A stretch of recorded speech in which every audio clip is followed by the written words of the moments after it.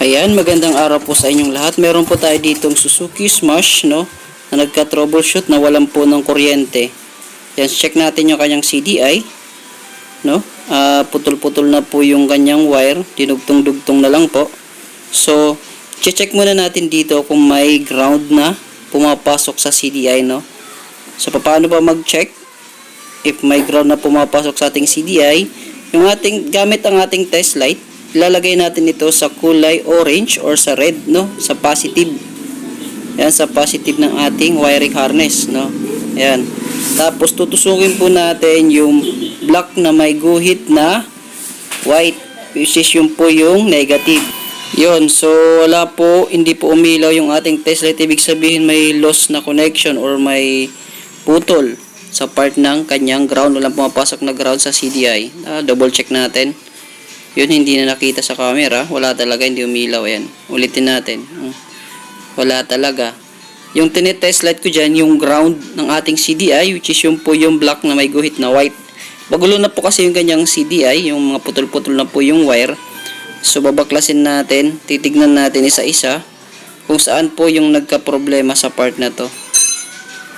Ayan. Tanggalin muna natin. Ayan, so habang tinatanggal natin yan, may galap shoutout tayo sa mga bago nating kaibigan sa YT World, no?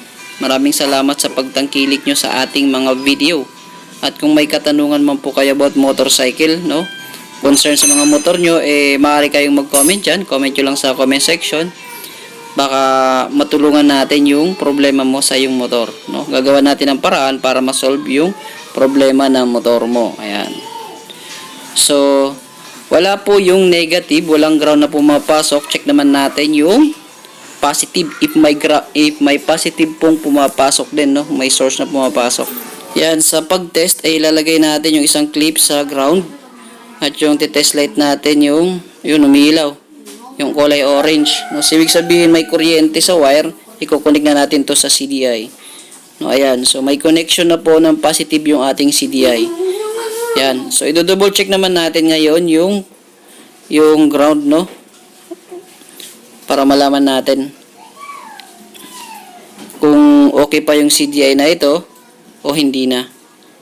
Yan. So, hiwalay-hiwalay natin ng onte kasi magulo na po yung kanyang connection. No, sira na po yung kanyang CDI. Talagang connect na lang. So, susubukan ko muna itong palabasin yung kuryente at saka ko ayusin, no? Para malaman natin kung okay pa yung kanyang CDI o magpapalit na tayo. No, kasi kung sira na yung kanyang CDI ay ko-convert na lang natin to sa 4-pin, no, sa lipan.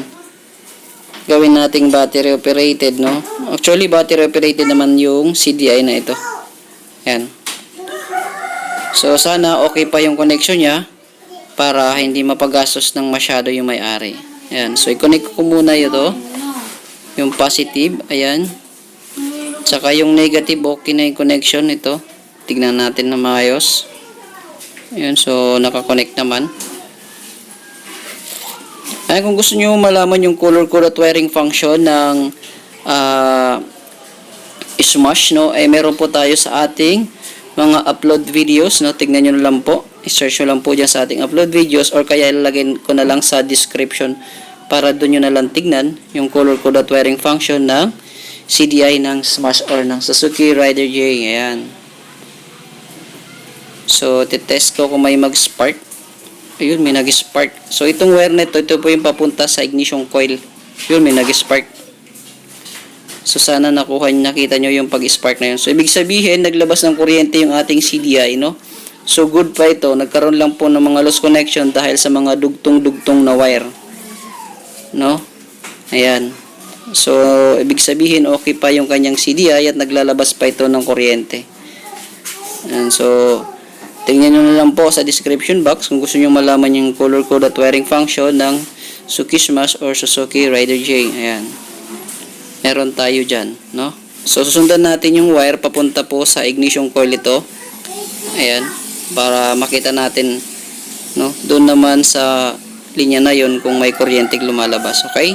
Then, ititip ko muna to dito. Yan, pero bago yun, double check ko lang kung talagang may kuryente. Baka may nagalaw ako. Yan. Kung may mag-spark. Yun.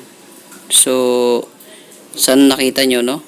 May kuryente po siya lumabas. Yan. So, ibig sabihin, good pa yung CDI natin. So, tignan ko naman dito sa kabila. Kabilang side. Okay. Dun sa part ng kanya ignition, punta tayo sa kabila. Ayan, so dito naman tayo sa kabilang side, no? Dito sa ignition coil, tanggalin muna natin. Ito double check natin dito kung may lumalabas na kuryente galing po sa CDI, no? Lalapit lang natin to sa ground. Pag may mag-spark, ibig sabihin nagre-release po ng kuryente yung CDI at pwede pa natin ito magamit, no? Ayan, subukan natin ipa-spark dito sa ground, no? Habang kini-kickstart natin. Yun, di ba? Sana nakikita nyo na may nag-i-spark. Yan, so ibabalik na natin to, ikakabit natin. Tapos titignan naman natin sa ignition coil kung may lalabas na kuryente, no, sa kanyang tension wire. Pag may lumabas na kuryente, ibig sabihin good yun, okay?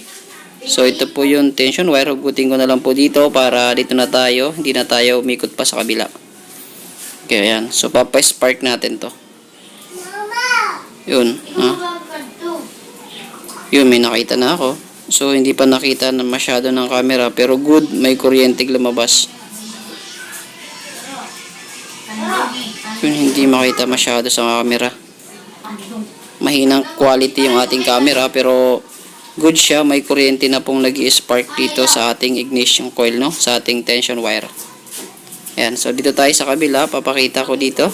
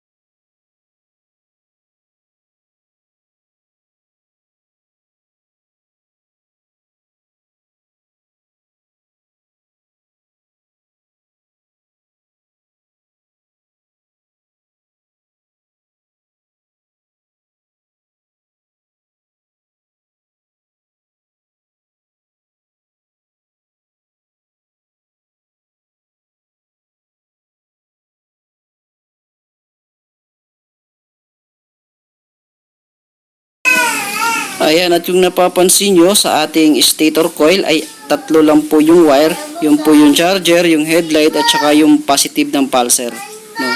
So, mapapansin mo rin sa ating CDI ay apat lang po yung wire. No, wala po doon yung negative ng pulser kasi yung negative ng pulser ay naka-install na po doon sa loob ng stator coil. No, nakakabit na kagad siya sa ground. Okay? So, idinagdag ko lang po yung part na ito. Okay na tayo dito. Kaya dahil napalabas na natin yung kuryente, gasolina na lang yung kulang. Ayan, yung carb niya, walang gasolina na naka-install. No? So, napalabas na natin yung kuryente, gasolina lang kulang, okay? Ayun, no? So, napalabas na po natin yung kuryente ng motor ng ating katropa, no? Sa napag-alaman natin, no? Sa CDI lang po yung nagkaroon ng problema. At yung mga connection kasi nga may mga dugtong-dugtong na po, nagkaroon na po lost connection. At gasolina na lang po yung kulang at aandar na po yun, no? Kasi napalabas na po natin yung kuryente.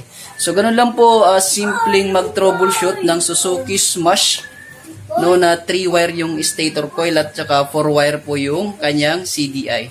Ayun, so sana ay may natutunan kayo sa video na ginawa natin ito at sana ay nagustuhan nyo po yung ginawa natin at baka pwede makahingi ng isang thumbs up dyan. At yung subscribe button, hit na rin ang notification bell para lagi tayong updated every upload natin dito sa ating YouTube channel. Ayan, hanggang sa dating video mga idol, mga pops, gaya like sinasabi ito sa YouTube channel. God bless po, thank you. Tapos na tayo dito. Ano pa? Hindi, peace, yo! What to do with that big fat butt?